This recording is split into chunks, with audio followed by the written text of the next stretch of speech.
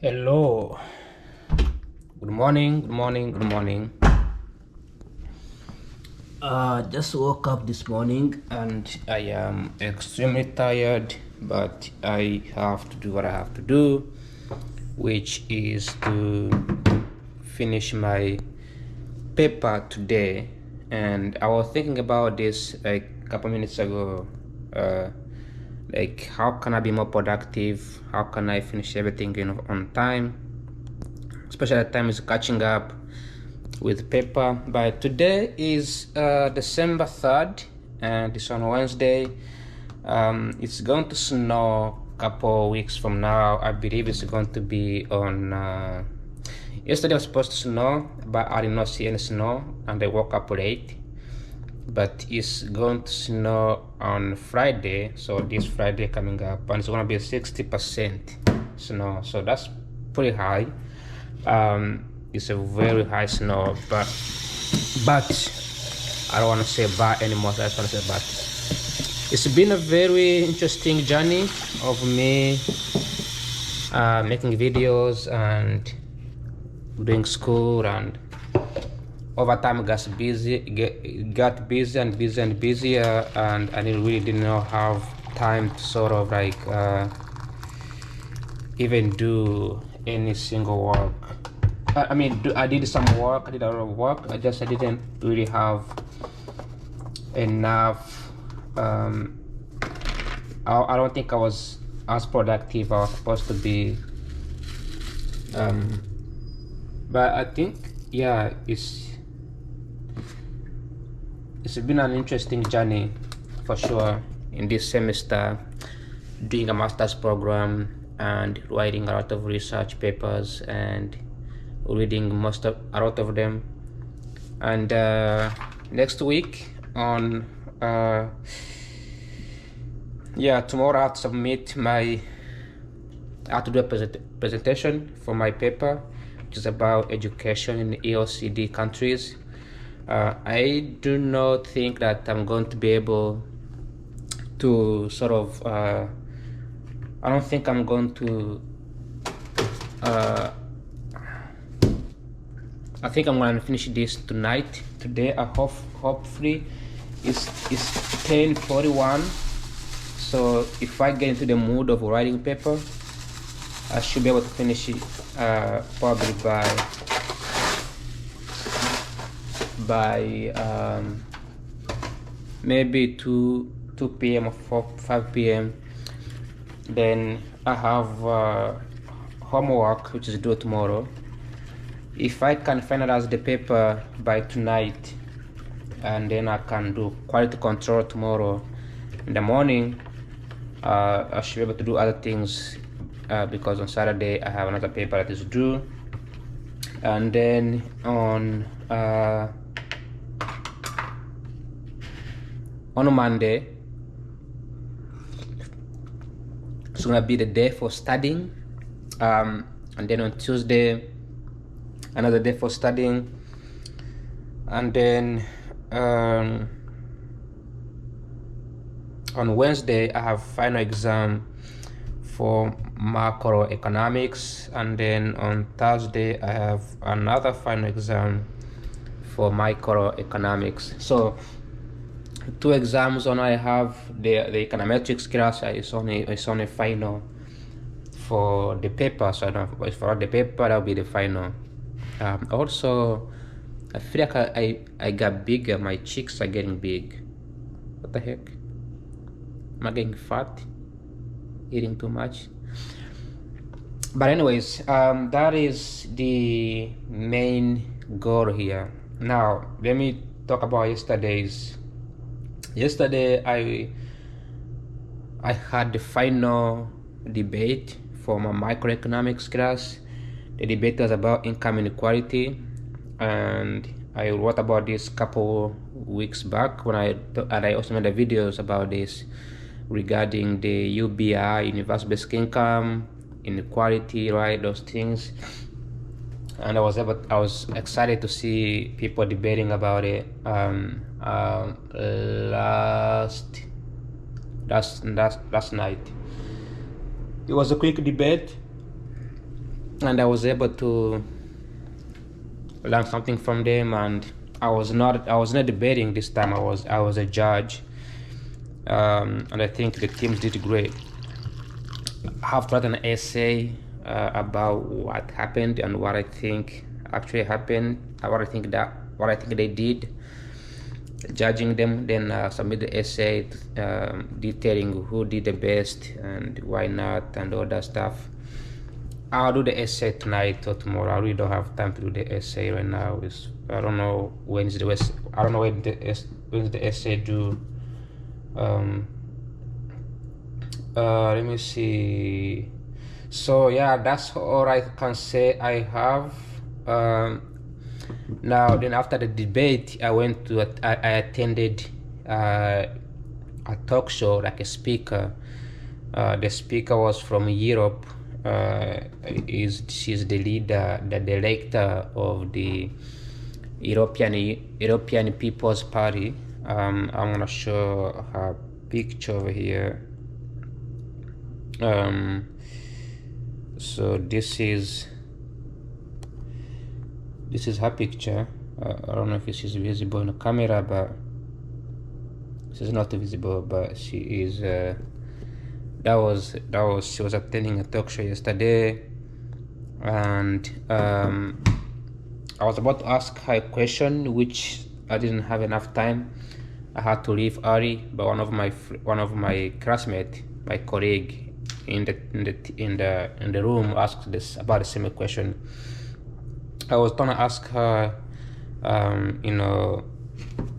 like Donald Trump has criticized the NATO alliance in handling the war in Ukraine, he especially criticized Europe for not spending enough, calling it taking advantage of the US kindness.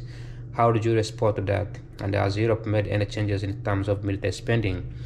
So I was just, trying to understand, because she was talking about like how her party is focused on Christian. I think her party is like very Christian kind of thing, typical European thing, and she's from Spain. But how her party is focused on like preserving the Christian values and the Christian culture within the Europe. Then she touched on migration, is of course from Africa, the illegal migration from Africa. But she did not really touch on much on the European side with Ukraine, which is what we are focusing on here in the States. So I was about to ask her a question, but my colleague asked the same question, and she said that Europe is doing great, but from how she sounded, and I kind of repeat what she said. She said, we like we should be treated as an adult. I think that's what she was saying. I think what she implied is that Trump treats them as children, right, as babies, and they don't appreciate being spoken to like that, right, like being treated like children. Also, she said that if he could have been frankly honest about it, if he could have said, I'm not gonna give you guys money, you guys on your own, right? Then they can figure out how they can do their own thing. So, but from how she sounded, is like we don't really appreciate how Trump speaks to us. We appreciate if he spoke to us like that, right? I think that's what she was trying to imply or say, even though she did not explicitly say that. But she is a second English is her second language. I believe she speaks Spanish. But that's all I have to say. Then what else did I found in here? Her notes. I took some notes, right? Somebody asked a question: how do we recover? This was a professor of political studies at Catholic. How do we recover the Christian heritage connected to democracy to default without falling into temptation? She did not answer this question, but the question was about how does Europe bring back the value of Christianity even after this wave of anti-Christian that has been going on for a long time? How does a party like EPP, which is the European People's Party, which is dedicated in Christianity and preserving Christian values, how does it ensure that it brings trust and Christian ensuring that people can trust Christianity again as they used to compared to now. And then she went on like 3 hours to describe how migration works, and she like at the end she was like, we are trying to bring in Christianity and trying to like bring people in who are migrants, bring them in, and then ensure that they're not doing bad things. And she talked about something that is called thief. They're not being thief. So I think what she was implying is that migrants come mostly from obviously African nations, right? They come in, they're alive, and then they sort of like start doing bad things. Like these things can be considered to be, they can be described as anti-Christian things like stealing, stealing and like doing bad things, right? Stealing is one of them, but also it could be murder, crimes, like those things. So that's what she's described. But and these are the things that really happens every day, especially with more and more undocumented migrants migrate to Europe, right? Specifically in Spain, and she's from Spain, so she experiences so much pressure. Spain, Italy experiences a huge pressure from migrants that come from Africa, mostly in Africa, who can actually go in there with no documents and actually turn around and do really horrible things. This is like the second